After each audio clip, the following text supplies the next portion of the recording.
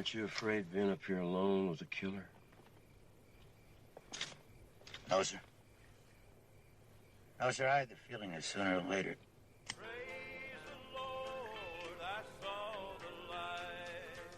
Sooner or later, you would have confessed even if I hadn't caught you. Yeah, you're right, Lieutenant. I would have. Because it was getting to me, and I'm glad it's over. Listen. Any man that can sing like that can't be all bad.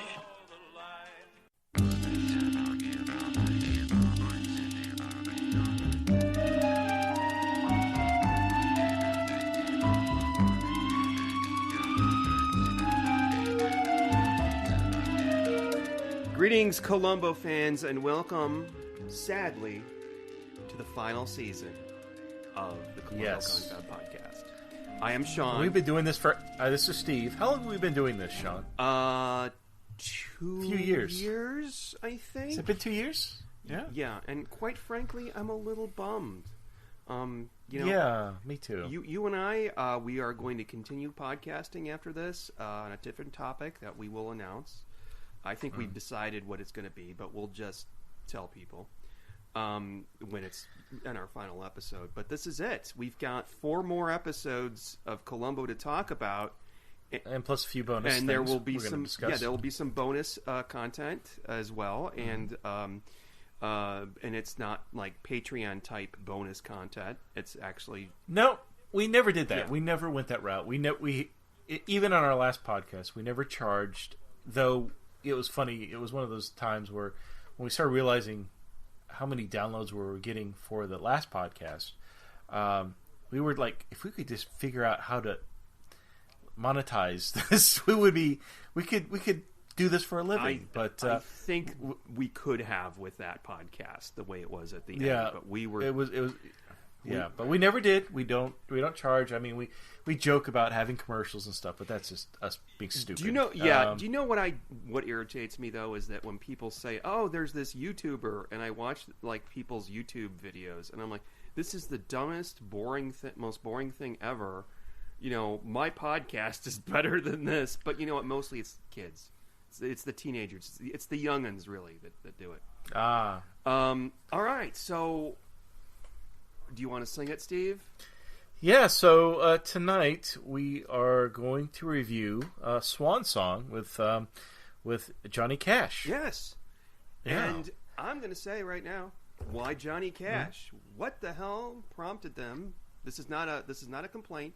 What prompted them to get Johnny Cash to play a Colombo murderer? Because Johnny Cash is basically playing himself. He is playing himself. As a matter of fact, it's not Johnny, it's Tommy Brown, yeah. It'd be funny if they called him like Tom. His name was like Tommy Dollar or something. Dollar, yeah. And why didn't they? That would have been so funny. And let me tell you, ever since I saw this the first time, that song, I Saw the Light, I Saw the Light, has been an earworm for me ever since. Yes, absolutely. And you know, Hank Williams wrote that song. Really? That's what I read somewhere online. Huh. That's interesting. It's a really good song. No, it's a good song. It is a good song. And even though I'm not into like gospel music, and there's another song that he sings in here that's really good, and I don't remember the name of the song. You know, on a Sunday, on a sidewalk, Sunday morning. Oh, about getting stoned. Yeah, I wondered if it was like getting stoned by rocks, like biblical stonings, or if it was more like a 70s, 60s getting stoned. I don't think it was coming exactly stoned, but I think it was coming down off of a heroin buzz. Because you party all day Saturday, and then you wake up on the sidewalk on Sunday. And that seems more like Johnny Cash's thing. Yeah. That would, you know, which is he sings it so whimsically in this. He does it a couple times, and you know what the song means is just so, you know, dark. But the gentleman himself is not dark, despite his dark clothes. And even though he kills 2 people in this, he's pretty fucking nice, which I think we'll talk about. But go ahead, Steve. You're good at the. I am. What happens? What do you call that? The syllabus, right? The synopsis. the plot. The plot. Yeah, there we go. The synopsis of the plot.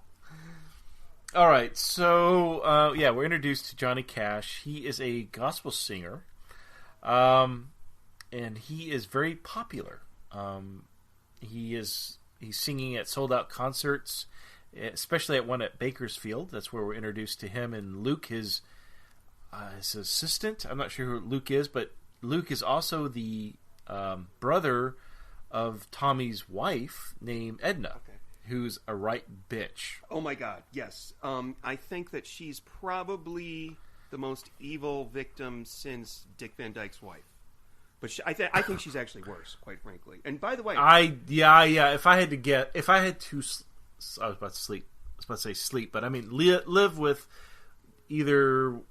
I would go with Dick Van Dyke's snobby wife from that episode. And by the way, Luke is played, and I'm so sorry I didn't write his name down, but he's played by a veteran actor, no longer with us, but he was most recently, which isn't that recent, he played one of the prison guards in The Green Mile. And the Did he now? Yeah. He played the one that is mean, not the mean one. That was the guy from X-Files I could, go into. Yeah. But Ida Lupino, who plays Mrs. Tommy Brown, Edna Brown, Luke's sister, she was very prominent, a very, very popular actress and filmmaker, I believe, and writer. And she was in another Colombo episode. Do you remember? I knew she was, but I thought she looked familiar, but no, I can't think of it. She was in the Roddy McDowall episode, Short Fuse. She played his aunt.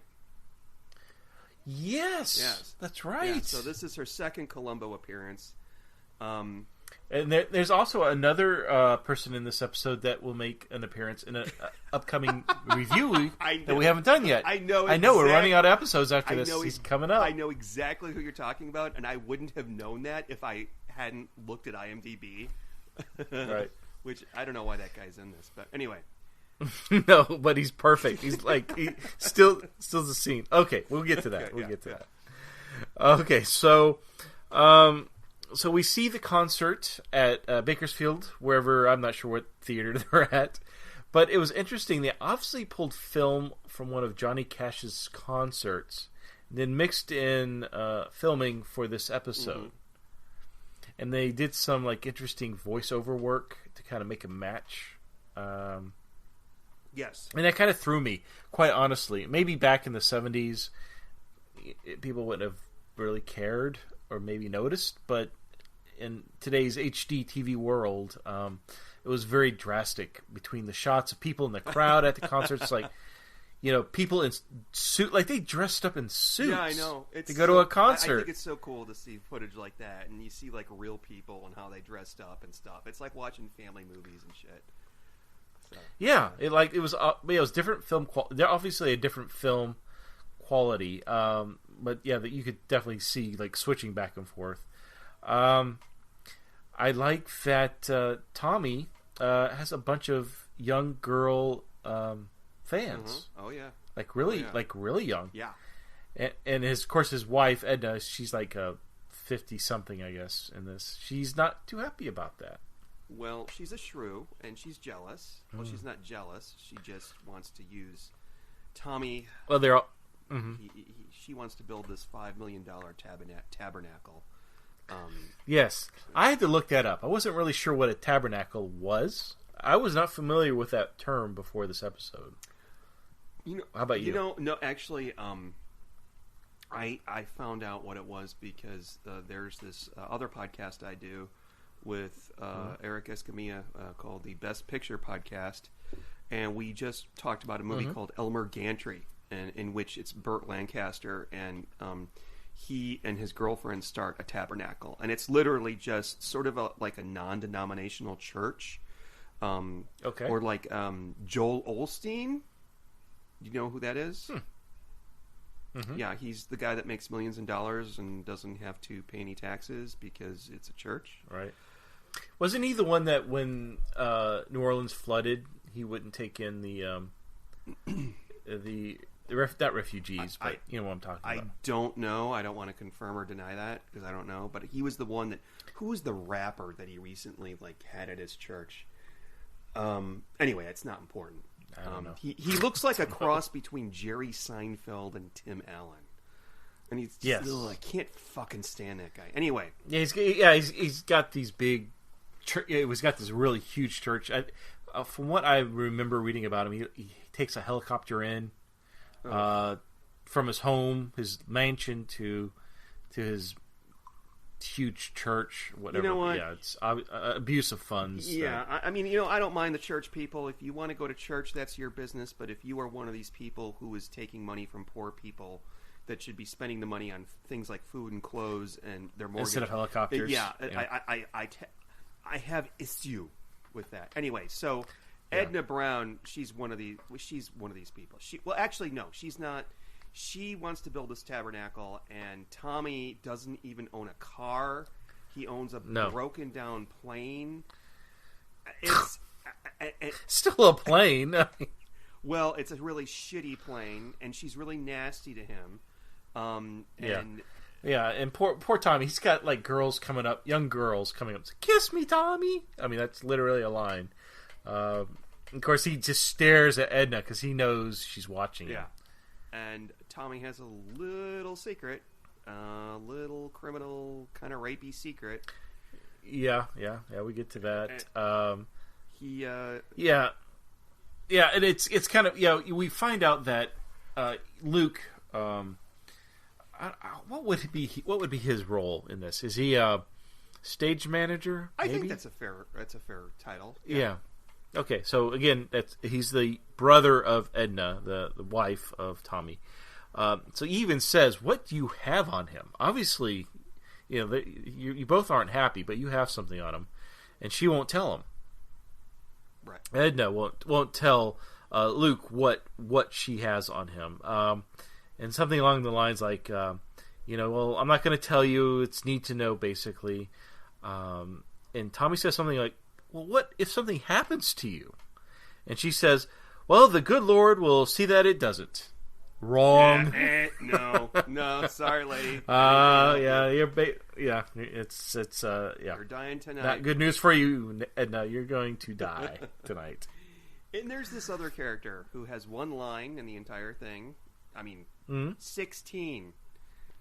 So apparently she's converted. She's one of these, church people. Oh, Marianne. Marianne Cobb. Yeah, I never realized what her last name was Cobb until watching this, and Colombo says her last name. And apparently she and Tommy used to check into motels as father and daughter. Yes, so, right. And she was 16 years old. So I'm reminded of, if you don't mind me kind of modernizing this analogy, it reminds me of, let me know if you've heard these names before, Sean. Okay. You know who Drake is? Yes. Okay.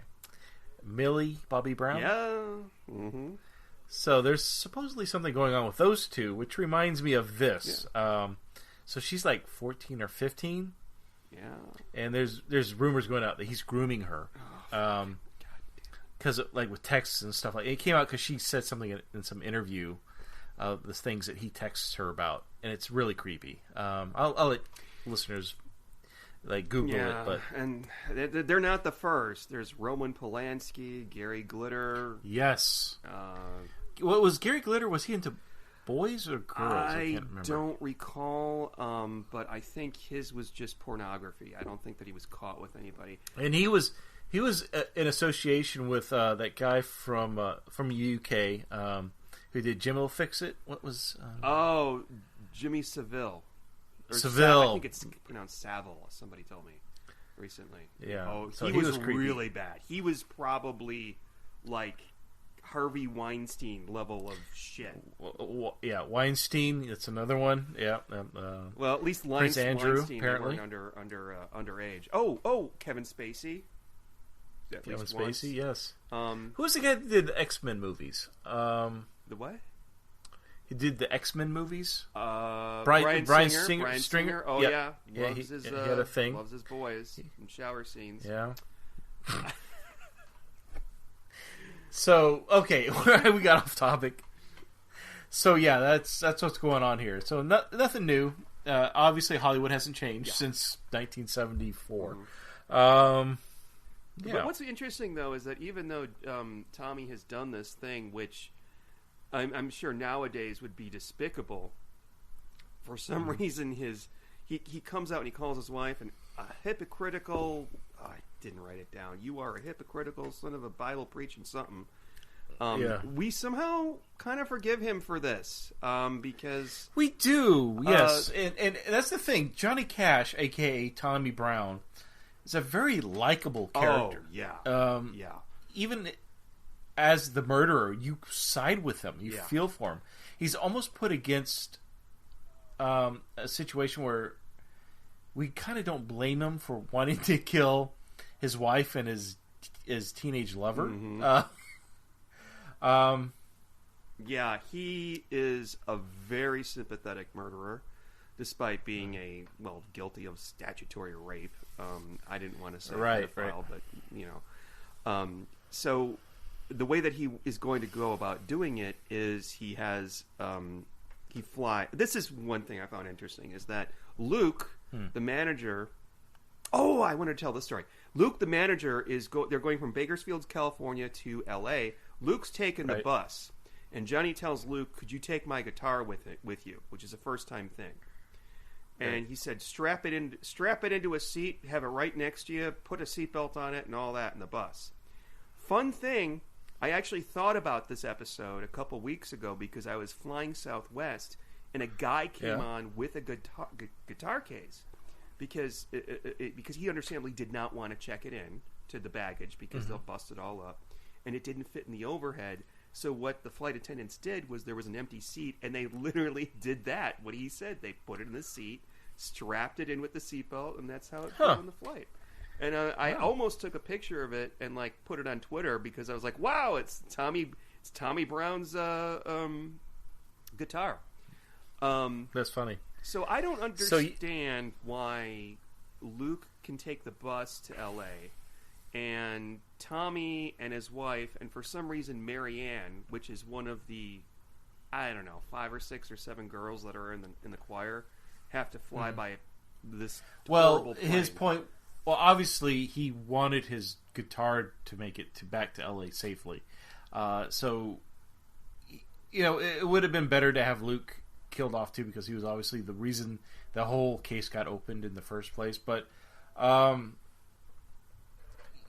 he said, I think Tommy said something like, "Oh, that old bucket of bolts won't fly with 4 people." Okay. And then that's when Edna's like, "Oh, he's pining for a new plane again. I don't listen to him."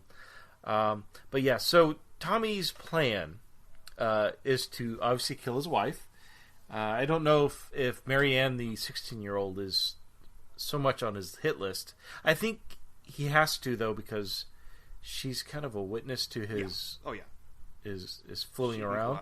Corroborate it. And, she point him out. I just don't understand why she gets to go on the plane, too.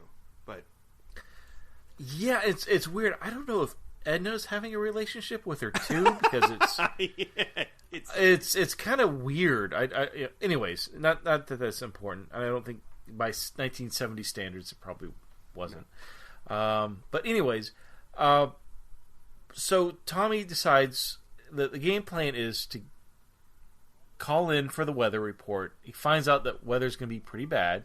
So this is probably something he's been planning for quite a while.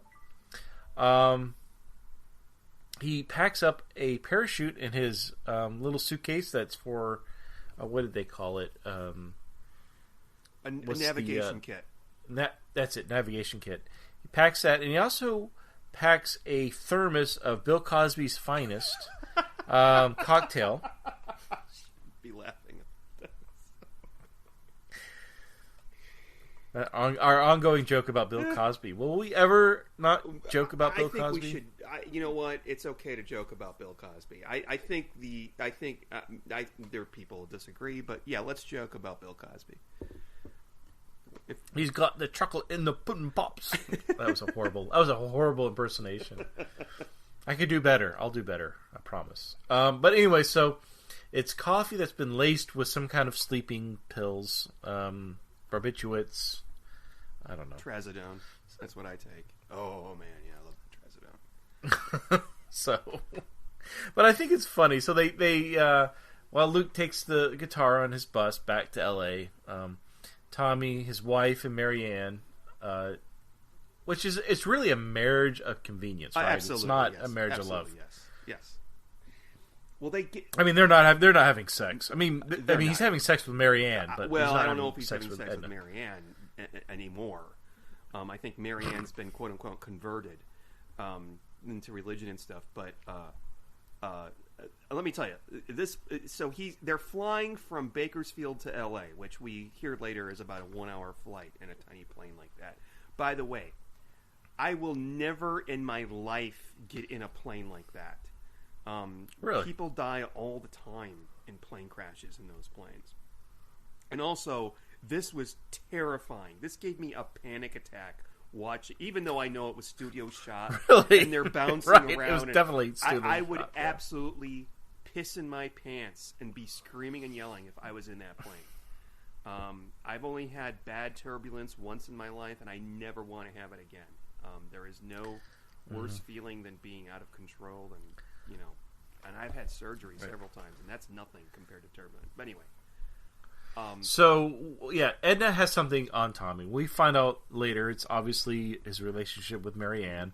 We also find out that Tommy did some prison time in Arkansas. oh yeah, and she got him out. Yeah. Right, and so she got him out to, I guess, build this tabernacle, or again, new word to me after tonight, or after watching this episode. I was never aware of what that was. So she wants to build this temple to God, of God, and she needs $5 million,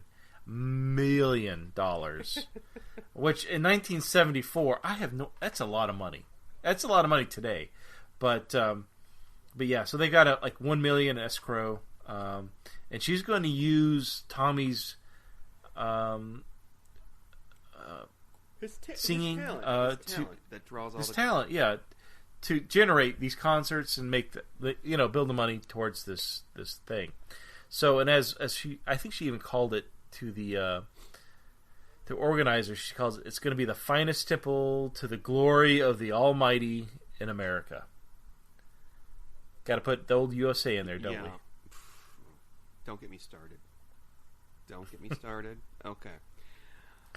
So yeah, so it's funny because Tommy even says there's the scene before they go to the airport. He just talked to the weather guy to see what the forecast is, and he kind of does a like kind of comes to Jesus moment with his wife Edna. I don't mean to use that phrase, but basically that's what I mean.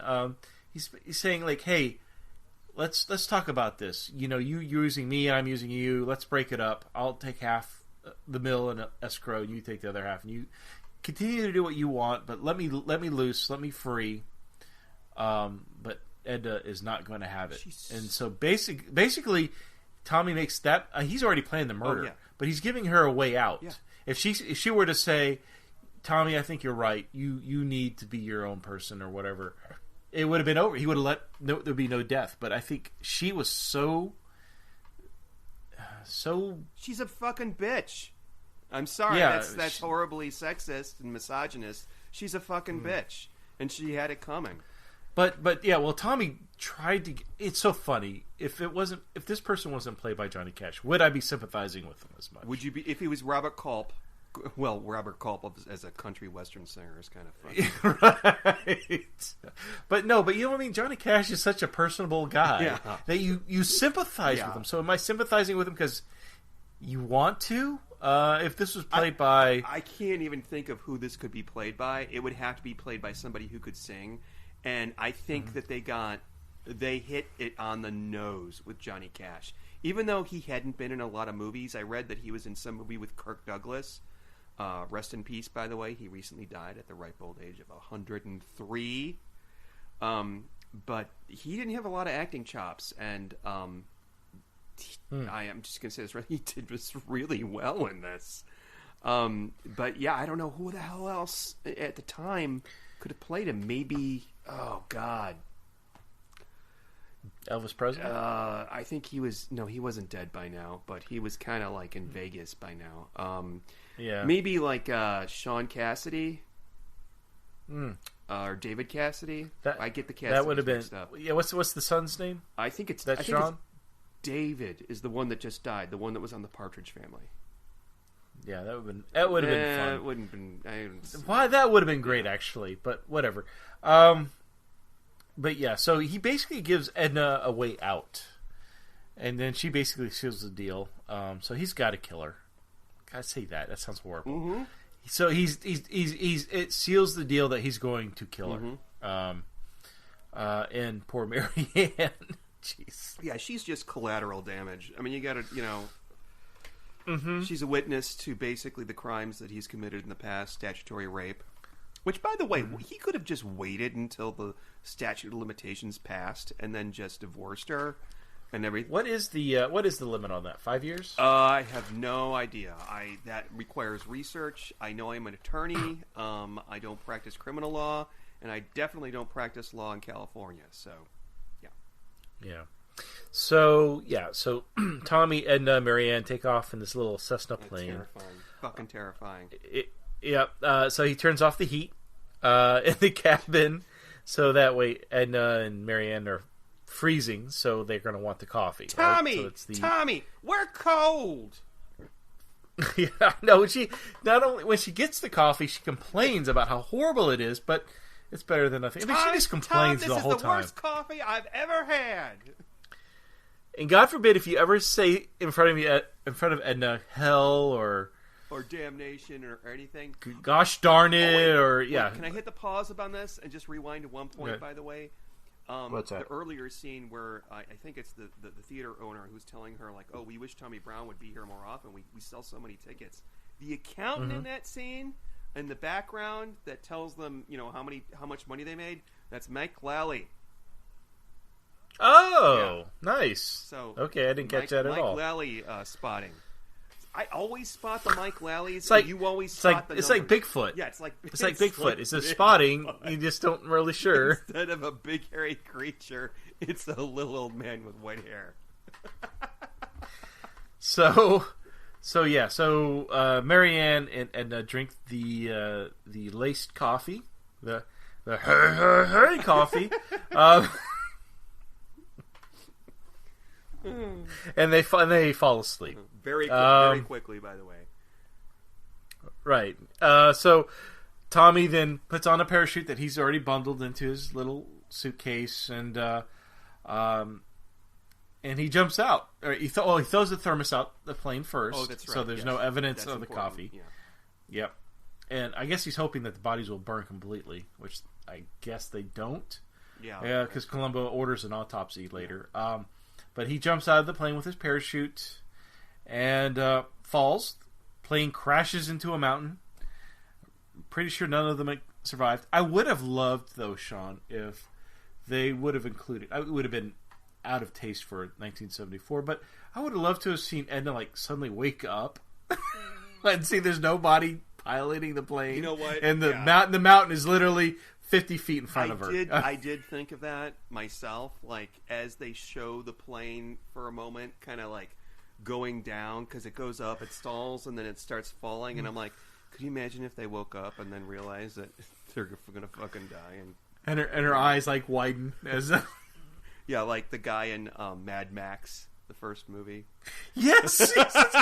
You know what I'm talking about, don't you? Yes.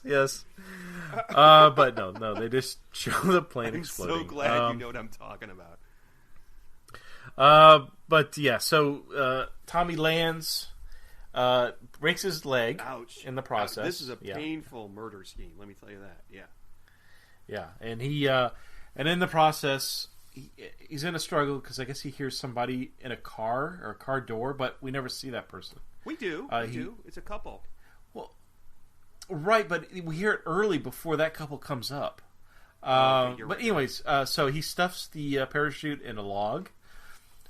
Stuffs the log with leaves. Wait, hold on. I just have to sing my log song. Log, it's big, it's heavy, it's wood. Log, oh, yes, log. It's better than bad. Yeah. It's good. It's wood. Yeah. It's. I've never seen an episode of Ren and Stimpy. I'm just. That's what it's from. Yeah. Okay, keep going. Sorry. That's what we're doing our next podcast on. Yeah. No, I'm kidding. We're not doing that. We're not doing Ren and Stimpy. Though we could, but we're not. That would be. I think I could do a South Park podcast. Maybe. Okay, so so this couple finds Tommy. Tommy makes his way back to the crash site and pretends to pass out, and they find him and they take him to the hospital. Now, I do want to point out that Tommy not only he lands, he's got basically a makeshift parachute that he made himself. We find out later. He falls, he lands, he breaks his leg, and then he has to. And I question this. I'm like, how does he know that he's going to land near where the plane crashed? Well, he does relatively, but he has to, with a broken leg, fall down like a little hill, kind of like the one that Colombo fell down in the greenhouse jungle, which is absolutely excruciating painful, I'm sure, and then pass out, as you said. Yeah. So. He probably actually passed out from pain. Yeah, it was. But it was probably a small price for him to pay to get rid of it. Yeah, I know. Yeah. I'm sure that's what he was thinking the whole time. This is a small price to pay. Yeah. So we see Colombo. He's all on the scene. Oh, I love this scene. I absolutely fucking love this scene, by the way. Yes, it's actually really good. So he drives up. He gets to meet, I'm not really sure who Ronald Pangborn is, like what his role. It's like with the investigative team of. I think he might be with the FAA, the Federal Aviation something or like that. But I like this character, and I'll explain why. But keep going. Yeah, so Pangborn is going through an interview at the crash site with Hal Fisher. Now, Hal Fisher is this kind of very 1960s news reporter, right? And I kind of feel sorry for Hal because Colombo walks in on the scene. He's in the background, and they have to stop recording because who's that? Who's that being a distraction? And which is the 101st time that he's done this. Always wandering into a hot set, so to speak. And not only that, they're losing light. And Hal Fisher, the interviewer, must have said that, like, please, we're losing light. We can do this damn interview. So I go home and drink my scotch and water and relax. I'm pretty sure that's bullshit because they have these things called lamps, floodlights. I don't know. Well, they're on location. Who knows? I've seen people when I was a kid. I've seen people being interviewed, at night by the news crew. But yeah, it looked very low tech. Let's put it that way. Mr. Pangborn is not really interested in talking to the news people. He's actually more interested in talking to Colombo, which I really like. Because whenever Colombo kind of like wanders into something like this, people underestimate him and think he's an idiot. And Mr. Pangborn he actually, once he finds out that Lieutenant Colombo is part of the police and he's asking really legitimate questions, he kind of takes Colombo into his fold and actually is pretty rude to the news crew. Yes, which even offers Colombo a job, which I think is funny. And Colombo says something like to the fact, people in your team have to be pilots, right? And like, but we'll train you. And I'm thinking to myself, I would jump on this opportunity. And Colombo says, my ears pop in elevators. In fact, I don't even like being this tall. Yeah. So there's a couple of... there's actually some good writing It's a there. really good... it's a good... he says that at the end of the scene. And I think they kind of... The music score does a ba-dum-bump at that and then fades to black and we go to the next thing, or commercial break. Yeah. But Colombo does uncover a few interesting clues. Oh, yeah. I know you like clues. Oh, yeah. I love clues.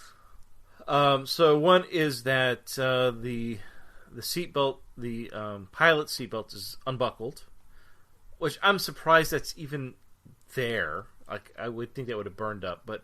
But the back passenger seat buckles were closed. Mm-hmm.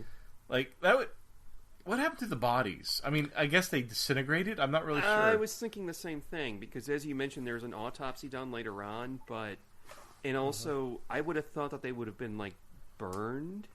Like, I don't know if you would be able to do a blood test or do a. I don't know what science was in 1970 whatever this took place in, but yeah, I'm just gonna roll with it and assume that the bodies were not burned up that badly, and that they were able to do an autopsy. So, but that's a good. I had the same. Yeah. I had the same question personally. So, yeah. So, So he also notices that the navigation kit, which previously contained the parachute, is empty. Okay, and he asks Mr. Pangborn, who is he's available to answer any questions that Colombo has. Very nice man. He goes, well, that's a navigation kit that we put charts and maps in there normally. Okay, that's very interesting. Now the thing is that there's been no indication of a homicide yet. It's a plane crash. But Colombo was there because Edna's brother, Luke, he suspects... Complaint. Yeah, filed a... Yeah, he filed a complaint. I don't know what the word would be, a complaint, but he called the police because he thinks that Tommy killed them because, and Luke is very insightful, because of the fact that Tommy told Luke to take his guitar with him on the bus. Right. That was the first time he's ever done that. Yeah, which is good on Luke. Good on Luke. Although Luke, I want to talk about Luke in a minute, but the next scene, for some reason, Colombo wants to talk to Luke, so he goes to the funeral parlor where it's Vito Scotti's funeral home. Yes, Vito Scott. But you may not recognize it because he shaved his mustache for this one. Yeah, so I love when Vito shows up. He's one of my favorite recurring actors on this show. So he's basically when he finds out Colombo's there to talk to Luke at the wake or the funeral, I'm not sure. He's trying to sell Colombo on what is he trying to? He's like, you're a policeman. It's a very dangerous job, We have a number of packages here if you're interested. And, Colombo's young. I mean, he's like our age at this point. I have no desire to make arrangements. No, he's trying to get out of it as politely as possible. And they spend a good, 3-4 minutes on this scene of them going back and forth. It doesn't take the plot anywhere. No. It's just more fun, really. It is. I absolutely agree. And it is the best Vito Scotti scene, I think, that we've seen so far. I don't think we're going to see any more of them for the episodes that we have left, but I really like this scene. And he says, he's like, what do you say, Colombo? We've got this and this and this. And Colombo's response is, well, my wife does all the shopping, so I wouldn't want to make a decision without her. And he doesn't want to upset Mrs. Colombo because she cries at losing at bowling. And Vito's like, I just don't know what to say. And at the end he goes, no, you're a hard sell, Lieutenant, huh? He is. Have you ever been in that situation? With somebody trying to sell me a funeral? No. Mm-hmm. No. I have. Really? Are you serious? So I was having to contend with burying a parent, and I honestly thought it would be kind of this. Okay, yes, I want flowers. I want a Christian preacher. I want tell them what you want. Boom. But it was pretty much after we went through that process of how we want the service to go. Then came up the sales pitch. Are you serious? And, yes. So, do you have any plans for your departure? So, just like with Vito, it was like, have you made any plans for your mortal departure? No way. And I was like, I think they were trying to work on the fact that you were emotionally raw because it's a very that's true. And of course they're trying to upsell you, and then after the upsell, instead of 50 flowers, do you want 100 flowers? Oh, fuck But so after getting through that, then I had to say no, I'm not interested in talking about my burial because they went in like, well, have you thought about it? Have you thought about cremation? Have you thought? I'm like, no, I'm not talking about that right now. But it's a very uncomfortable. I mean, sales pitch. Okay. I'm going to go off on a little side trail right now. I think that one of my career options a while ago was to be a mortician, not the guy that's the salesman, but the guy that works downstairs on the dead body. I can so see that. I think that the idea of being buried in a $5,000 box in the ground for you to rot is just the most ridiculous idea ever. When my grandmother died, not the grandmother who's dying now, but I've had 3 grandmothers. She died. She just had a big party where they served all the food that she liked, and then they went out in the lake and they threw her ashes on the lake. And it was inexpensive, and it was fun because she didn't die suddenly. I mean, she was sick for a long time. And I personally think that the funeral business is just... You're preying upon people who are emotionally disabled, and the idea that they actually tried to sell you a funeral for your own time I think that's terrible. I was like maybe my late 30s at the time. Jesus, I mean, fucking crap. That pisses me off so much. I can't. That should be unethical. That's terrible. Well, they got to make money somehow, Sean. So well, there's no sort of what other time I'm going to be there, right? So they're like, this is an open, an open situation where we can talk to this person. I'm not mad about it, but it was definitely awkward on the level of used car, like the creepy used car salesman. I just don't, there's no shortage of dead people. There's plenty of business in that field. So I don't know. I'm on my soapbox right now. Is it soapbox? Okay. Soapbox. Okay, well, let's continue with Colombo. So Luke insists that Colombo take him to Tommy's home because Tommy's not at the funeral. He's at his $2,000, was it a day or a week? A month. Oh, it was a month. Yeah.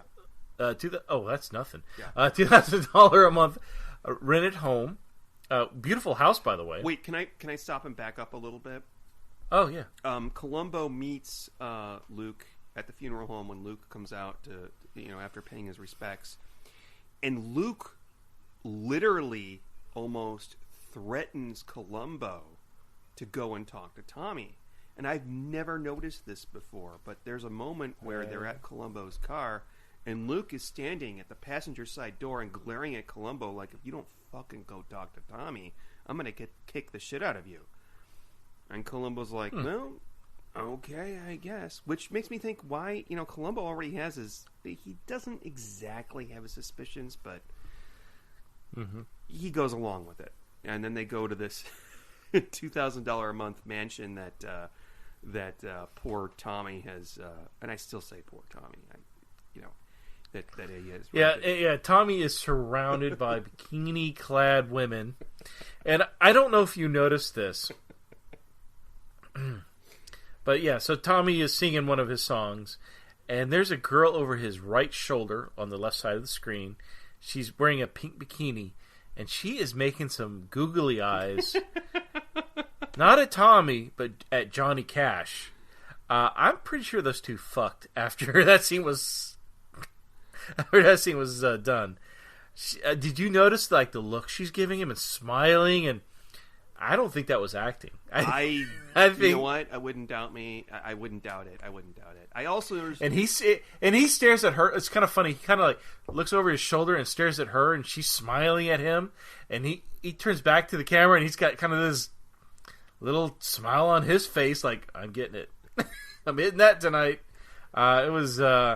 Like I said, I don't think there was any acting in that scene. I totally go for it. I say, I'm talking about, as Johnny Cash and Tommy Brown go for it because you've deserved everything that you have right now after killing your wife, your evil hypocrite of a wife.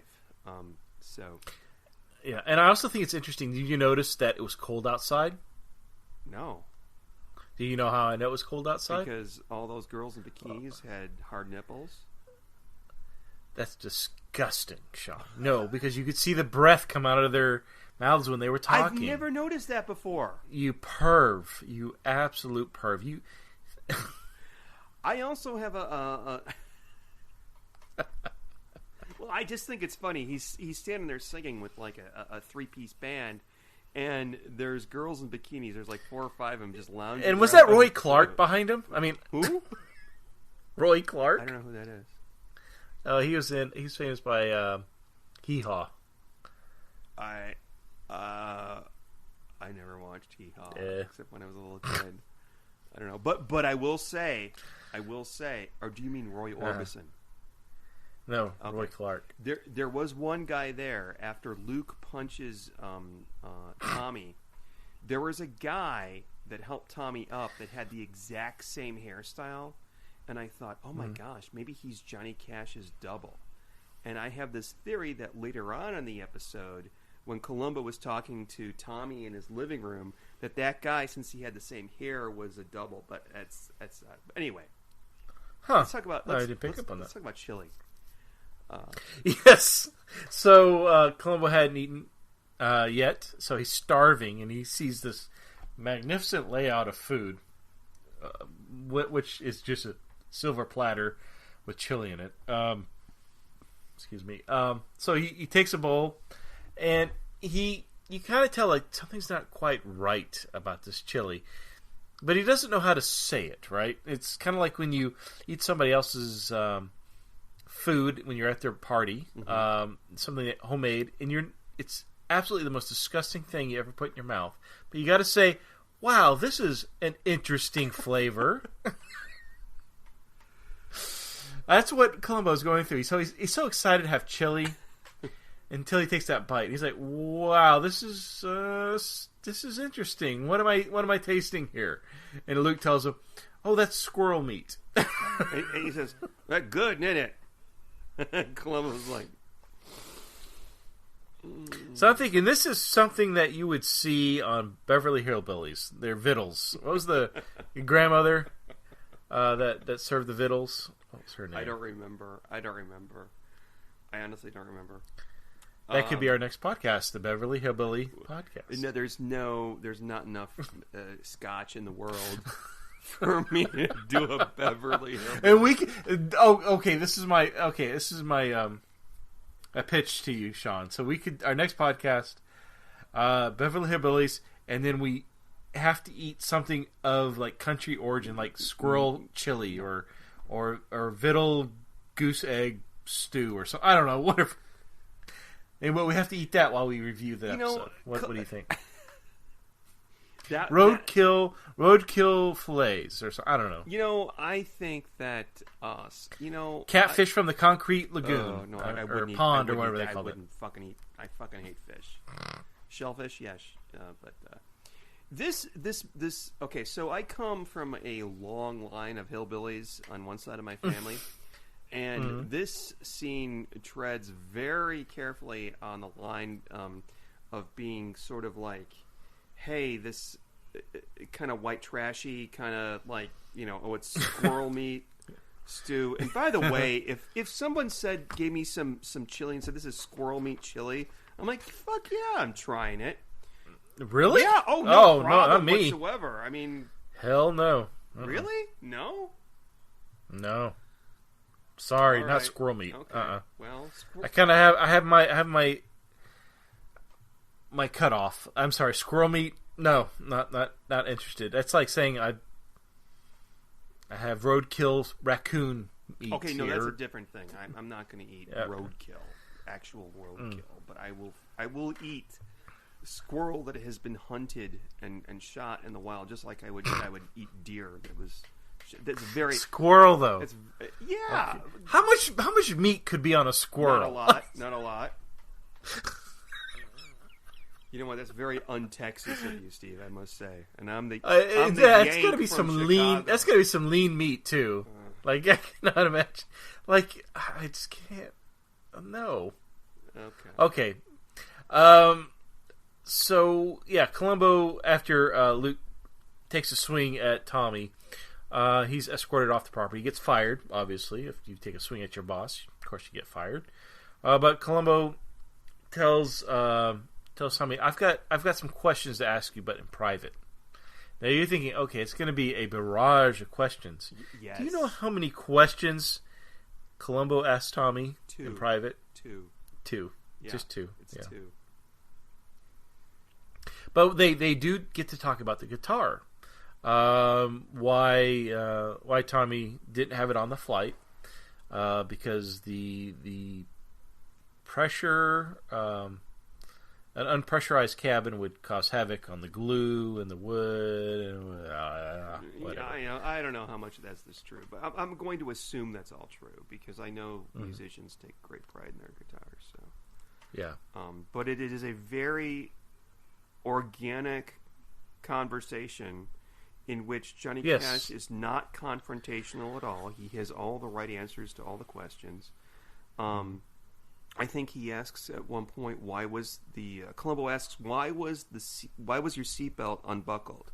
And he said, well, I had to unbuckle it because the board went out and I had to get a flashlight out of the glove compartment. He has an answer for everything. I think he's thought it all through.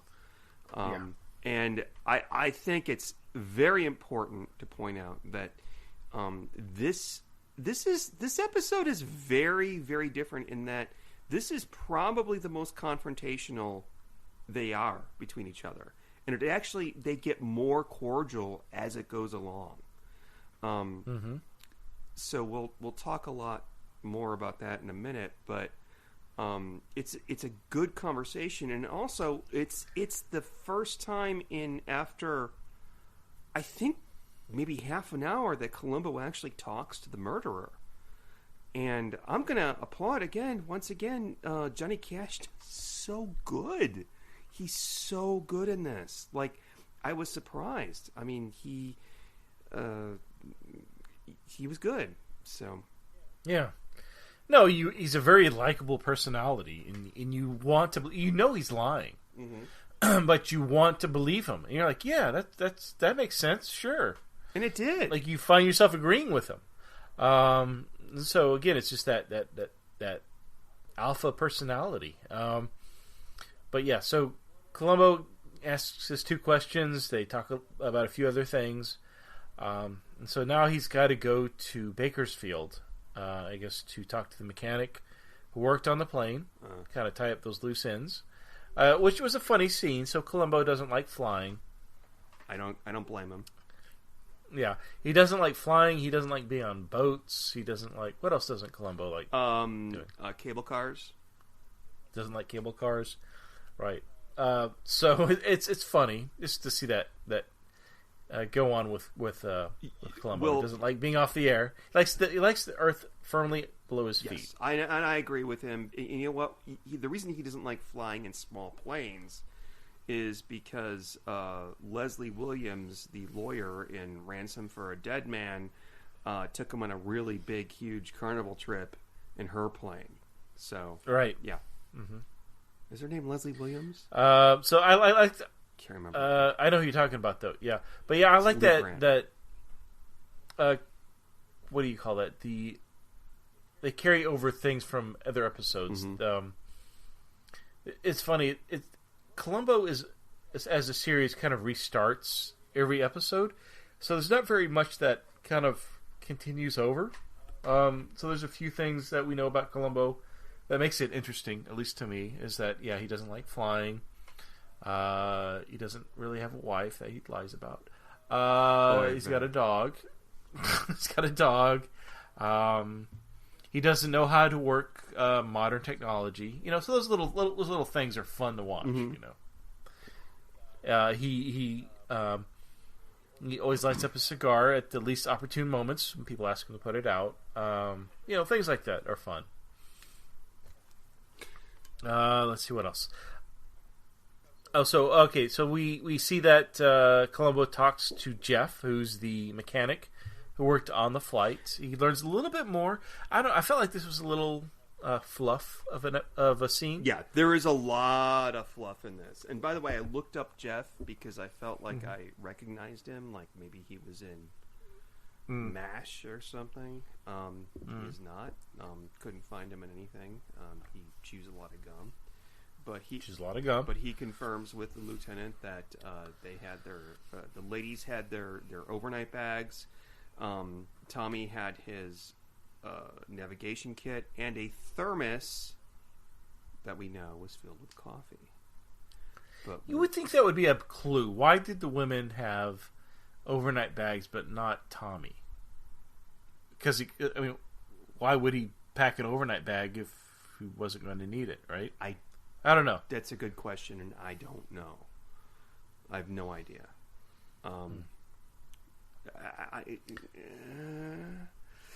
Maybe they were on the bus with Luke. Again, I don't understand why they didn't get all on the bus.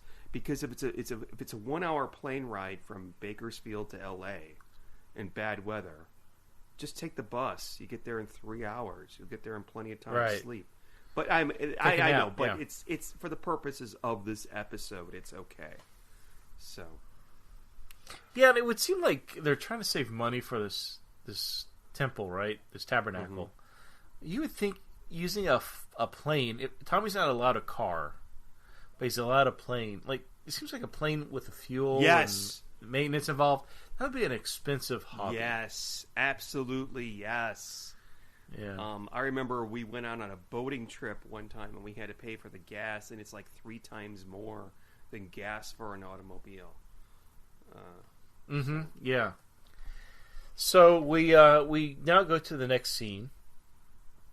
We see Tommy flirting at the piano with Tina,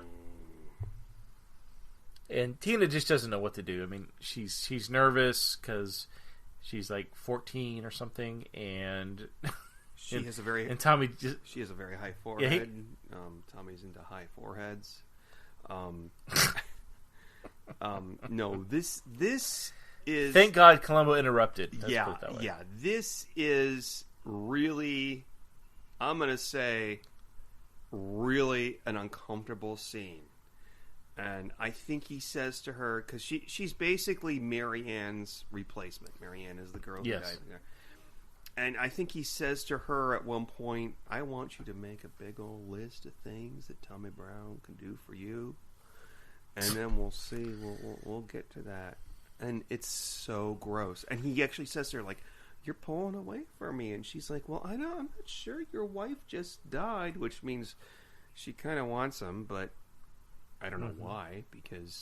But it's gross. It's gross. I'm going to say it's gross. I could see Weinstein doing these lines, yes. Like, I could totally see that. So despite all the reasons that we like him, Tommy Brown is not a good person when it comes to that department. A little creepy, yes. Yeah. So Colombo walks in, thankfully gives Tina an opportunity to get away. And Colombo's got a few questions. So he's asking about the thermos, like, well...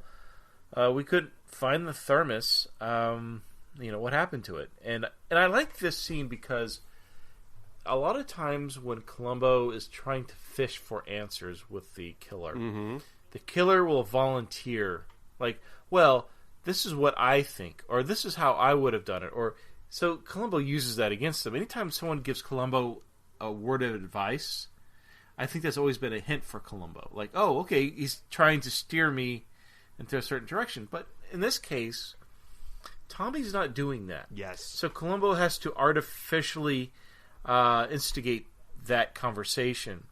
So he starts blaming, my superiors, they, I have to tie up all these loose ends, and, I just don't know what to say. What do you think I should say, Tommy? And he asked Tommy that a few times. Like, well, I don't know what to put here. What would you say? And I like that because, again, Colombo typically will wait for the killer to tell him what happened. And so he uses that against him. But in this case, since Tommy's not talking, Colombo has to instigate that.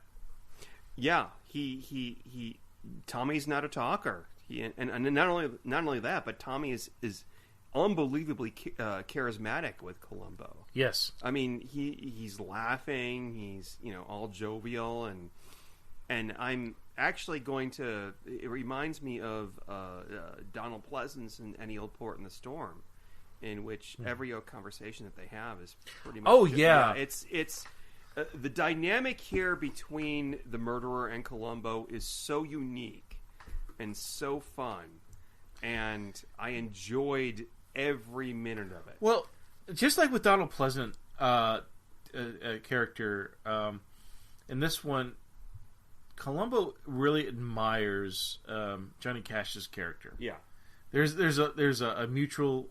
I don't know if it's mutual actually, but Colombo admires the killer quite a bit, and you find out that he's maybe not too familiar with him, but by the end he really does really appreciate Tommy's music. Yeah.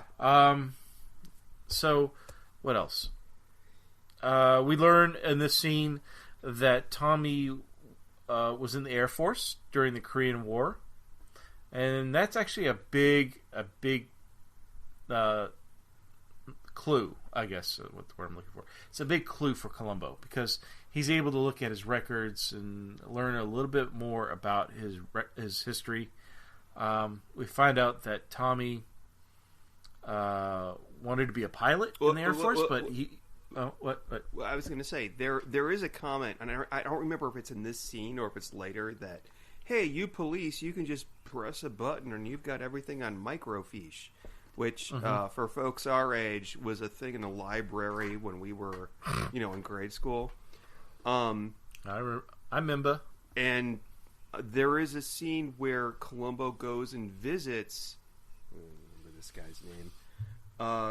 It's funny because I recognized him because I just recently, because of Christmas, watched Christmas Vacation, and he was Chevy Chase's father. Yeah, he's Clark Griswold Sr., the Colonel, Senior, right. Yeah, who's hard of hearing, right. Which is kind of funny, but the scene is, I don't want to say it's awkwardly in there, but it's not necessary. Because later on, Colombo says, I checked his records. He was in the Air Force, and his specialty was parachute rigging. So that's the Colonel basically just Clark Griswold Sr. confirms that Tommy Brown was a cadet who was kind of washed out, and he did parachute rigging. And he was an expert at that. There's a lot, and there's a lot of talk about yards and squares and how many yards you need to have a parachute that I did not pay my brain got tired listening to that part. I did not like that either. So we also learn in this scene, we don't learn, but Colombo orders an autopsy on the wife and Mary Ann, which comes into play later. So now here's one of my favorite scenes. Absolutely love this. Is now Colombo goes and just kind of follows up with Tommy again, but he's at the recording studio. Oh, yes. And I like it. He walks in, and obviously Tommy and his band or whoever are listening to music, and Colombo apologizes. He goes, I didn't see the light on. I didn't mean to come in. Kind of like that hot set thing. Colombo knows. He has his ability to walk in on live sets, and but no, so they're just listening to music. So Colombo's not really interrupting anything. But we also get to see Birdie. Birdie is wearing these really crazy, 1960 hippie glasses. Wait, actually, his name is Sid, according to IMDb. Although I don't it's not Birdie. I thought I looked at it. Maybe they said Bernie. I don't know, but no. Well, Birdie was the name in. Yes. That's so that earlier we were talking about repeat. Sorrel Book, I think is the actor's name. Sorrel Brooks. Sorrel Brook. Yeah, he was known for playing Boss Hogg in Dukes of Hazzard. But yeah, he plays this. I don't know what the character's name is in this, but yeah, it's so weird. Johnny Cash is a fascinating fellow to watch, but this guy, I could not take my eyes off him. Like I just couldn't. Agree. With his mouth open while he's listening to Colombo explain things. His mouth was open, and I'm just watching his eyes through those crazy hippie round oval glass sunglasses. I couldn't take my eyes off the guy. Literally rose-colored glasses, and he says nothing except for, "Oh, you can get the song when it's out in a few months," and that's it. Mm-hmm. Yeah, it's weird. I don't know why he's in this scene. It's just, I don't want to say it's uncomfortable. It's perfect. I love him. Like, he's so great. So, yeah. So, yeah, we find out that there were barbiturates found in the bodies of the plane crash. So that doesn't make much sense, right? Except that, well, this is interesting. This is an interesting clue. And I remember watching this with my mom a few years ago. And when I first got this for Christmas in a box set, and we watched it, and my mom's like, I want to watch the kind of Johnny Cash one. I remember that one. I liked it. So there were barbiturates found in the bodies of the victims. And however, according to their religious beliefs, they don't take drugs or stimulants. But they were drinking coffee. That's what the barbiturates were in. So, right, what the fuck? Maybe it was decaf coffee, but decaf coffee still has a small amount of caffeine in it. That's why I enjoy drinking it. I can't drink coffee, by the way. It makes me feel like I'm having a heart attack. And really? Yeah. Oh. Or maybe it's just coffee that I've not made. But coffee, I love coffee. I love the taste of coffee. Before we recorded, you were talking about French press coffee, which is delicious. I remember my mother making French press coffee for me. It was delicious. And then I immediately went into a panic attack and had to take like 1 milligram of Xanax to relax.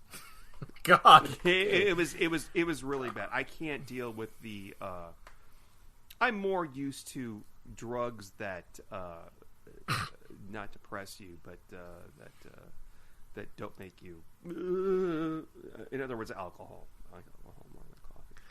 But you don't like the stimulants. You like the depressants. The depressants, and they do make you depressed. By the way. They don't make you depressed while you're drinking. Okay, keep going. I'm so sorry. So Colombo now goes to the Lost Souls Crusade and talks to a seamstress. Now, I recognize this actress. I just couldn't be bothered to look up what she was in. But very funny scene. She apparently was married to an Italian. She loves Italians, and she asked Colombo, she goes, "Oh, are you with the Vice Squad? I don't remember having a good time." It's a good scene. It's fun. It's fun to watch. Basically, we realized that about 60 square feet of yeah, this is where my brain just checked out. I'm sorry. There's certain times where my brain just goes dead. When we start talking about figures and conversions, I'm not here for that. Yeah, because earlier we were talking about when he talks to the colonel, he picks up the flag and he says, "This 20 square feet. How many yards is this?" And he's like 3 or whatever, and then he goes to the seamstress shop and, okay, how many yards is this bolt? I don't care. I don't know what you're talking about. But basically, somebody stole about 60 square feet of vinyl from their shop, from the Tabernacle shop. No, it wasn't silk. It was silk. It was silk. It was silk? Silk? Something. Yeah. Okay. Something like that. And of course, that was what Tommy Brown made the parachute out of. It was a makeshift parachute. And I think it's interesting that the seamstress. I started questioning what religion we're talking about here. Like you mentioned earlier, no drugs. But was this a Church of Scientology? Because they're all working.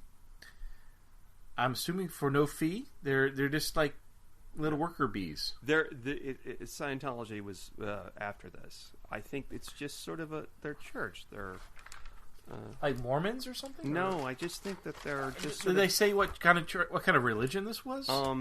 Quite wisely, no. I mean, it would be like probably best. Yeah, I don't know, and I don't understand why they're still working on clothes when Tommy basically just shut down the whole religious side of the business, the tabernacle. Right, so, right. But that's okay. That's fine. So Colombo goes back to the Air Force Base with Pagborn, and they find out that a parachute could fit inside the navigation kit. I really like this scene because we see the humongous table where I love that table. Yes! Isn't that cool? Yes, where like, they you actually can do so many arts and crafts on that yes, table. It was so cool. And that's where they I guess measure or fold up parachutes or whatever. So they were doing it sort of on scene, so to speak. And he confirms that yes, we can put a makeshift parachute in this navigation kit. So it worked. Everything in this worked very well. Pangborn's relationship with Colombo was like, okay, I can see what you're saying, but that doesn't prove that the man purposely, stalled the plane and escaped with the parachute. Yeah. But there's another scene. I think it's interesting though that they say, okay, well, a normal parachute could fit in the navigation kit. There would be no room for the harness. So that would mean that if you were going to fit a harness, the parachute would have to be a custom size, and anything smaller than a normal parachute, your descent would be 20% faster, and you would more likely going to break an arm or a hip or a leg. Mm-hmm. There you go. Yeah, which he did. He broke a leg. Yeah, broke a leg. So I think now Colombo's starting to add up that that's exactly what happened here. So the next thing that Colombo does is he goes back to Tommy Brown's house, and Tommy Brown is so nice to him, so welcoming, like, hey, come on in. And well, he's also, I think even the first scene at the pool party on the funeral day, Tommy is very suspicious of Colombo. He's very aware. He's obviously got priors. He doesn't trust cops. So he's very aware of, and probably rightly so, keeping Colombo at an arm's distance, but yet trying to appease him as well to get him off his back. Mm-hmm. So it's never really a point where Tommy gets annoyed with Colombo. Mm-hmm. He's never like, oh, Jesus Christ, no more damn questions, leave me alone. There's none of those scenes. These are all Tommy's always very cordial. You only see his frustration after Colombo leaves the scene or when Colombo's not looking at him. Yeah. So Colombo sets Tommy up, and he has a recording of I saw the light. He has a recording of it from before and then the night that he and his wife attended the concert. Right, and apparently Colombo's got a good ear for music, and that's because he's Italian. I don't know what that means. I don't know what that means. Can you explain that to me, Sean? I'm Italian, and I don't know what that means. So you should be able to explain it. I don't know. I don't know what it means. There's a lot of... the seamstress likes Italians. Apparently they're good lovers. What else? Vito is a great salesman for funeral homes. Whatever. There's a lot of Italian subplots going on in this episode. So Colombo's like, wait, there's a difference between the recording from before and the one that you did last night, and he realizes that Tommy Brown arranged for Marianne to be replaced by Tina a week before Marianne died. Which was kind of suspicious. How would he know a week in advance to do that? But Tommy explains a way that he just liked Tina's sound better than Marianne. It's a good reason. It's a good reason. And Marianne had smaller hands. I don't know why that would matter. And I you know, what I really like about this is that everything that Colombo presents to Tommy Brown, he just I don't even know if he planned it ahead of time, but he has answers to everything. He's a cool. He does, yeah. It's not like he's got like, oh, okay, I have to think about that a minute. Oh, that's right. I wanted to hire her a little while ago, but he's really good. He's really good with Colombo. But then we get to the Boy Scout scene, which sounds much more ominous than I'm saying. Well, I mean, considering how much we've talked about rape and underage sex and all this stuff, yeah, bringing up Boy Scouts does not sound good. Religion, all these things. But anyways, so Colombo asks Tommy if he can use his phone, and he's basically planting a seed. As a matter of fact, I think that's exactly what Colombo says. He's planting a seed where he's telling somebody on the phone that they have the scouts and the forest rangers and the sheriff's department do a search for a thermos. Hold on. Can I pause you for a second? Because there's a moment here that I want to talk about. What's that? When Colombo picks up the phone, and he's dialing the phone, and Tommy Brown, Johnny Cash, starts strumming on his guitar. Oh, yeah. Colombo looks at him, and there's a long take where we see Colombo observing him playing the guitar. Yes. And then I did write this down in my notes too. Yeah, and then Colombo eventually kind of, it's almost like he hesitates to dial the phone. Yes, so how I interpreted this scene, Tommy starts to play his guitar, and I think Colombo is noticeably enjoying the music, and he's I think he's tempted just to let it go, because he's such a great musician, and he doesn't want to do any harm to Tommy, because he's such again, I said this a couple of times already this episode, but he's a very personable person, and so he has to turn his back on Tommy and take the call, because he can't stare at him, because he's so mesmerizing as an artist that if he stares at him, he's going to hesitate, and it's a distraction. Yeah, I absolutely agree. So he has to turn his back on him. And also, before he dials the phone, he looks at Tommy while Tommy is strumming his guitar, and he has this look like, I really don't want to arrest this guy. I think he's a talented artist, but I have it can't be all that bad, but I have to do my job. You know, it's like Abigail Mitchell at the end of that episode, like when she says, "Well," that's another one where Colombo really appreciates, and he feels sincerely bad about having to do his job. Like, he really likes the person. Yeah, and we'll get to that a little bit more, but he basically plants a seed in Tommy's mind that there's a Boy Scout troop or a police looking for the thermos, because he plants the seed in Tommy's mind that somebody drugged the coffee to kill Tommy Brown. Right, which, and they're gonna comb that mountain. Yeah, they're gonna comb that mountain. Looking for it. Yeah. Mm-hmm. And Tommy's like, I don't give a shit about the thermos, but they're gonna find the parachute. You know. Yeah. So he.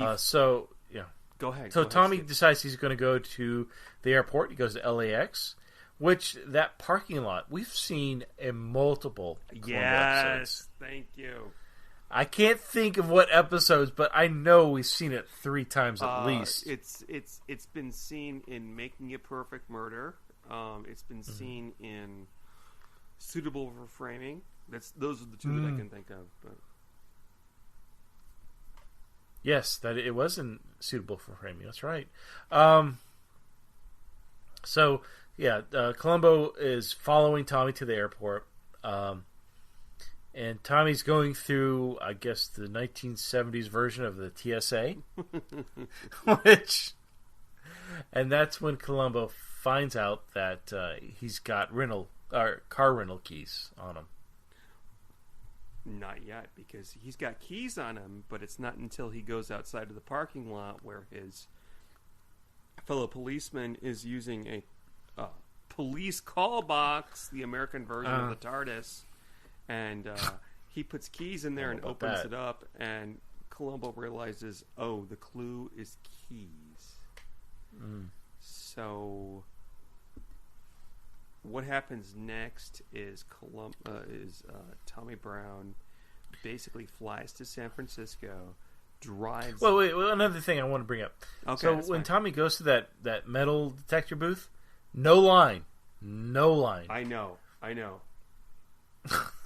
Because I hate when I have to go to the damn airport and I have to go through a 20-minute, maybe longer, depending on how busy the airport is that day. Yeah.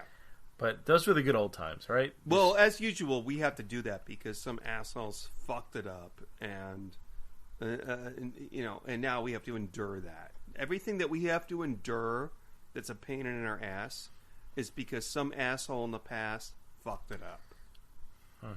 But yeah. Have you seen some of the things, like, criticisms of the TSA? Suppose like no weapons or bombs have ever been found. They will find things, but it's usually like a lighter that looks like a grenade, kind of like a fake grenade. Like all the stupid shit that they confiscate really aren't dangerous or deadly to an airplane. Well, it's just a waste of money and resource. Well, it's just crazy. I don't know. I think it's a preventative type of thing. Like if people who want to blow people up on an airplane, they're not going to get away with it because of the TSA. So that's my thought on it. I don't know. And that's our political minute on the Colombo Confab podcast. Thank you. Okay, so Tommy drives up to the crash site in his rental. He's looking for the parachute that he stuffed in the log at the very beginning of the episode, and he finds it. And what? No, even though that Colombo told him, "Hey, we're looking for the thermos," but it's not the thermos; it's the parachute that Tommy has in mind. Right. So Columbo's waiting for him as he comes out of the woods with his parachute and busts him. I think it's interesting that Tommy at one point at the very end says, "Aren't you afraid to be up here alone with a killer?" And Colombo has a really nice thing to say, kind of pacifies him, says, "Not really. Any man who can sing like you can't be all that bad." I think they're listening to one of his songs on the radio. But yeah, so obviously Colombo was very, I think infatuated is probably too strong of a word here, but really did admire Tommy. Absolutely. This was another instance of any old port in a storm, or it's all in the game. He was friends with the murderer. He really liked the murderer. Maybe he liked him, yeah. Maybe not so much in It's All in the Game, but okay. Are you ready to rate this after? I am. After these messages, we'll be right back. Well, nobody has more choices for just a little cash. You can search the whole world over, and no matter who you ask, they'll say Taco Bell has more choices for just a little cash. You better make a run for the border, son. You better make a border dash. We're talking under $1. Nobody beats Taco Bell. Where else you gonna get so many choices with just a little cash? I saw the light. I saw the light. La la la la la la la. All right, Sean. So you ready to rate this MFer? Yeah. I'm going to guess that you're going to use the word, the number 93. 93? No, but where did 93 come from? That's his license plate of the rental car. No. No, there were a lot of good numbers, like on the police airplane. Like, I did not know police had an airplane. Well, there was a couple other places that was interesting. But no, I decided to take this in a distinctive Colombo confab place. So, I'm going to ask you, if you would, rate this 1 out of 16, which is the age of Marianne Cobb when she was raped by Tommy. All right. You know, I I should make fun of that. That's actually really low. well, no, just do it. It's okay. Okay. So 1 out of 16. I say that because it's not a Ted Bundy rape. It's more like a Roman Polanski rape. And I think that... Still doesn't make it right, though. Yeah, that's okay.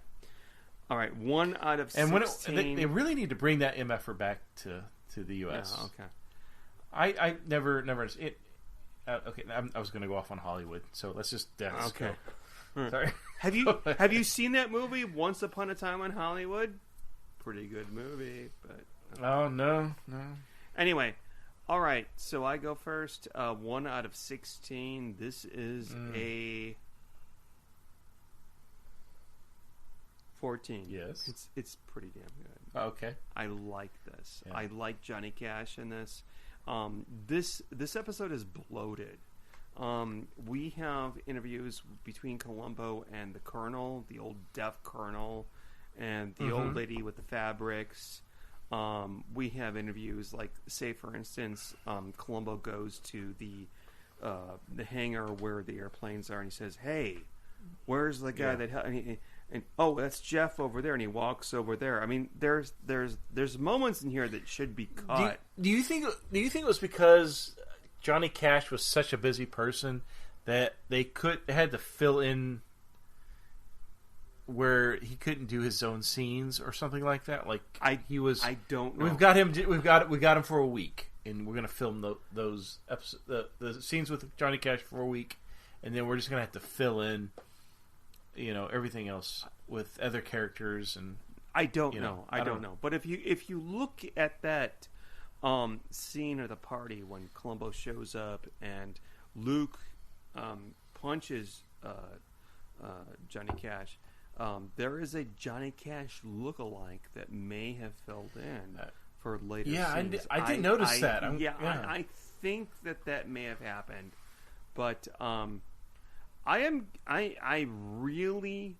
really, really like Johnny Cash in this scene, not in this scene, but in this episode, and there were excellent clues. The episode was bloated. What was it? You were. I'm going to give it a 13. 14. Well, no, you gave it a 14, so now you're downgrading it to a 13? Did I say 14 before? Okay, 14 is fine. No, this is good. It's good. It's good entertainment. Like, you never get bored with it. And he is such a... You get this rarely in Colombo, where he's such a sympathetic murderer. And the person that he kills is people that he... not people, but the one that he kills is just... I'd fucking kill her, too. So I'm going to say 14 out of 16. So yeah, this might be in my top 10. I really like this one, and I really like the relationship between Johnny Cash and Peter Falk, and I think this might Donald Pleasant's level of being friendly with Peter Falk. I don't know. But both episodes end with them being in a car. And I love at the end where he says, "I didn't think that anybody singing that kind of music would be happy." And Johnny just says, well, it was kind of getting to me. So that after the end of it, he's going to plead guilty to first-degree murder and probably go to prison. So Overall, I like this more watching it for this podcast than I've ever seen before. It's a fantastic episode. So I'm done. Go ahead, Steve. Okay, so I'm going to say this is one of my favorite episodes of Colombo.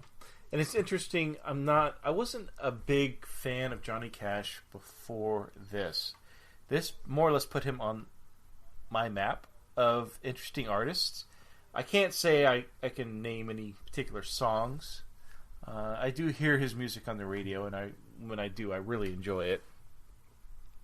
But he's a really interesting guy. There's another podcast, and I'm sorry for the life of me, this is just coming off the top of my head right this second, but there's another podcast that people can listen to. It's about musicians and their kind of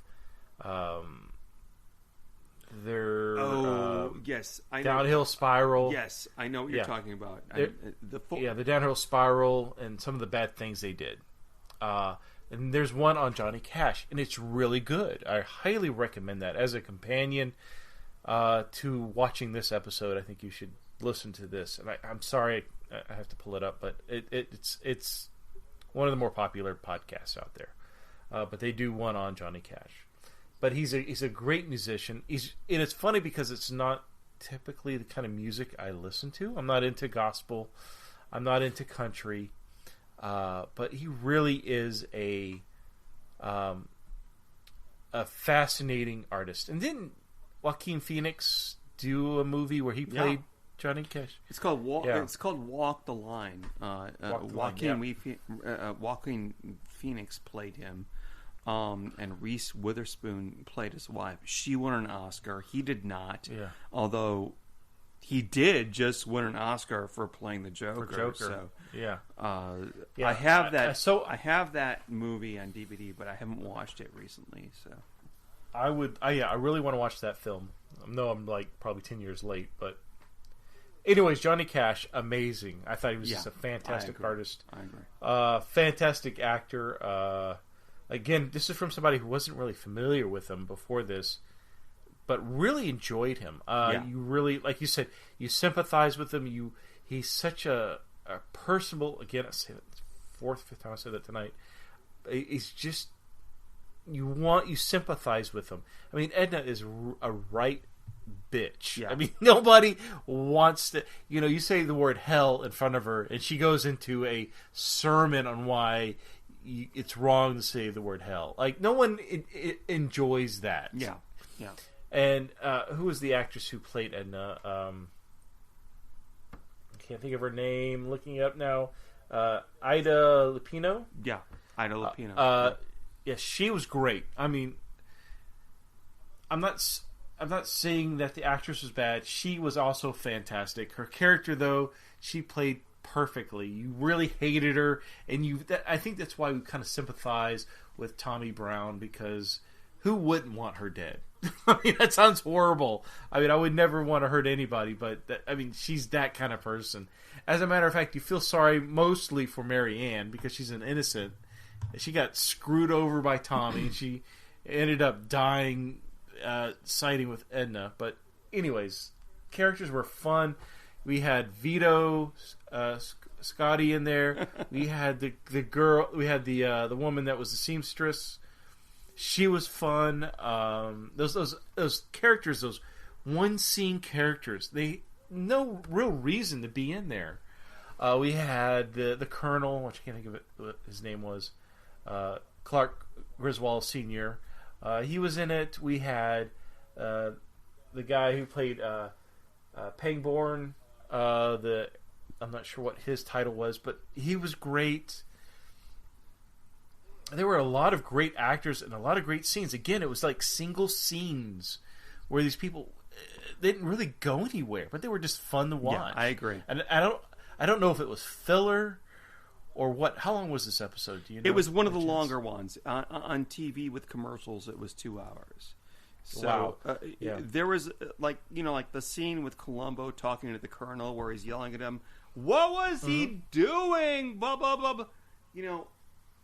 I never forget a face. Yeah. It was it was padded, but it worked. and also it was fun. Yeah, the petting was fun. Yeah, the petting was absolutely fun with the old lady with the seamstress. I have no problem with this story. The story is actually fantastic. I mean, there was every scene was just wonderful. I was not bored at all for a hour and a half, 2 hour episode. There was no scene where it wasn't entertaining to me. So I'm going to give this a really high rating. Like I said, it's one of my favorite Colombo episodes.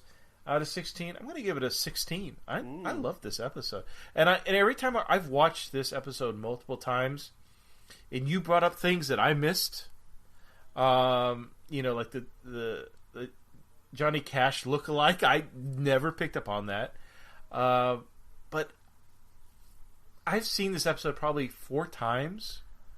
This is one of the Colombo episodes I've watched over and over since doing this podcast, and I enjoy it every time. It doesn't get old for me. I really liked it a lot. I love the moment when he calls Colombo little buddy. Well, little buddy, yeah. You can come back here, little buddy. And it never, it's country. He's country. He's got country relatives.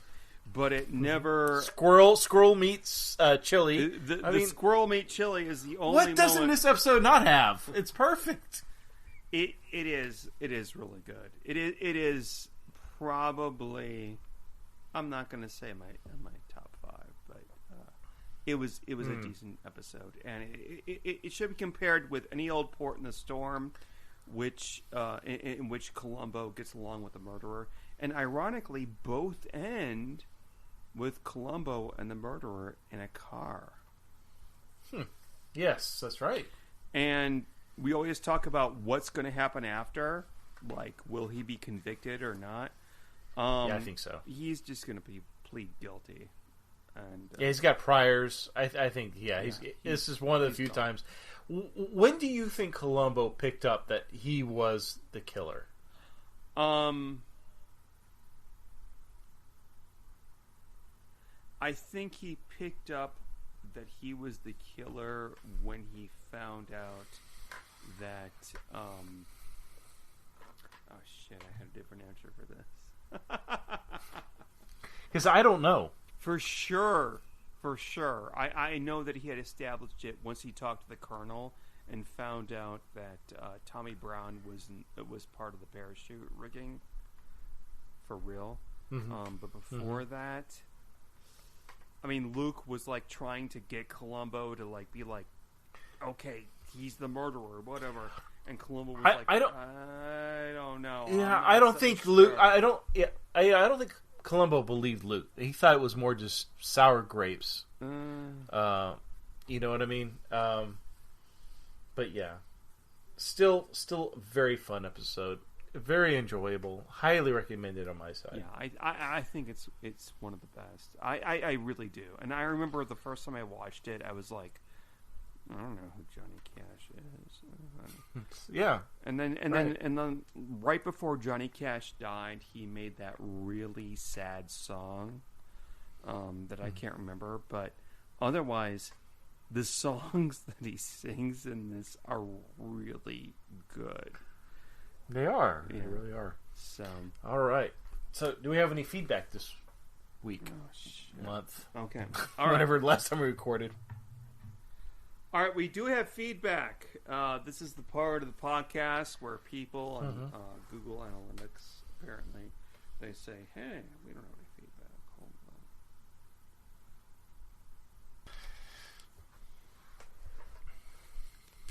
on. All right, we do have some feedback. We have not a lot of feedback. I mean, there's people who've been, emailing in. Lisa. She's been listening to our podcast from YouTube. By the way, if you are listening to this, our podcasts are no longer being uploaded to YouTube because of reasons beyond our control. So, Lisa says, "Why? I was so glad that you have a new podcast up. I I have been binging since I discovered the podcast a couple of months ago.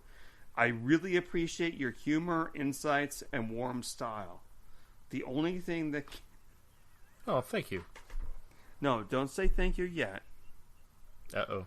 She says, the only thing that gets on my nerves is when Steve sometimes forgets the Colombo show that you just discussed, even if it was the focus of the prior podcast.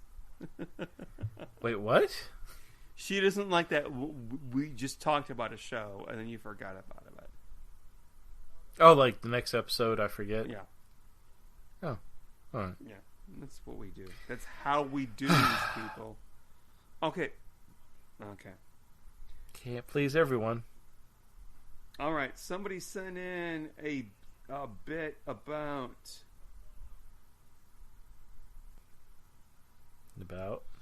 All right, so blackmailers on Colombo is the title.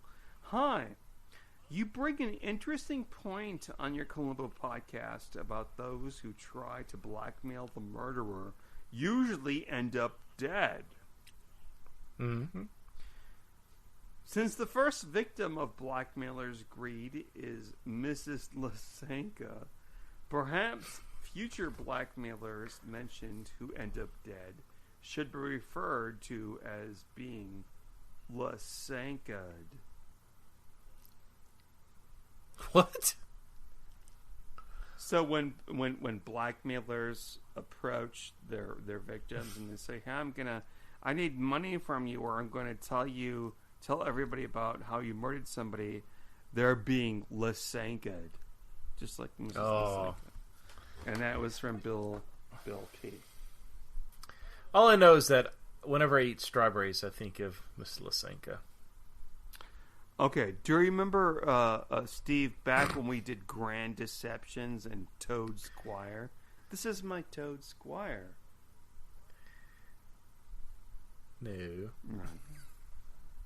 Okay, so hi. I don't know if it's better to send these comments by mail or post them on YouTube.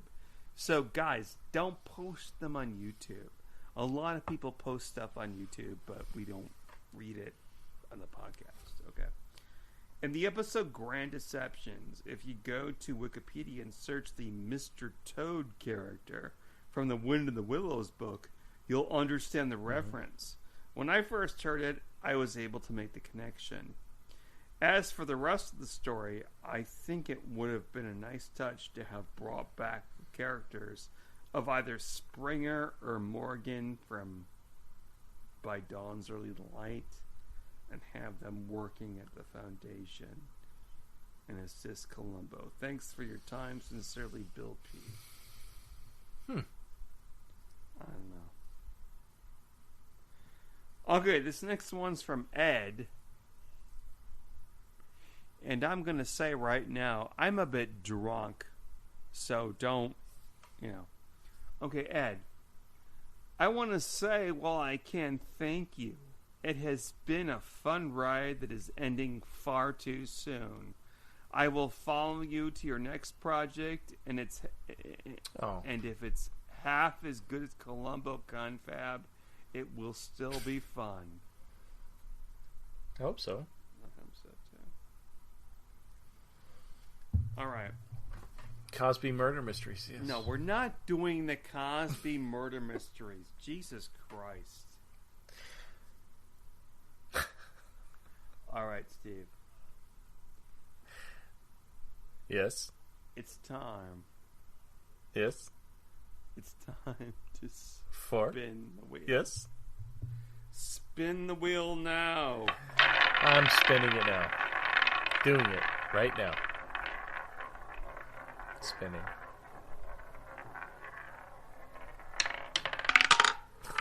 And it will be Playback. Starring Oscar Werner as a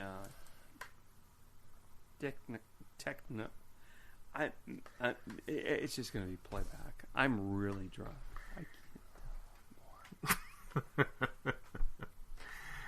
playback. The Chili Bowl haircut of the year Yeah. is in this episode. All right. So, say goodnight, Steve. Good night, Steve. Good night, everybody.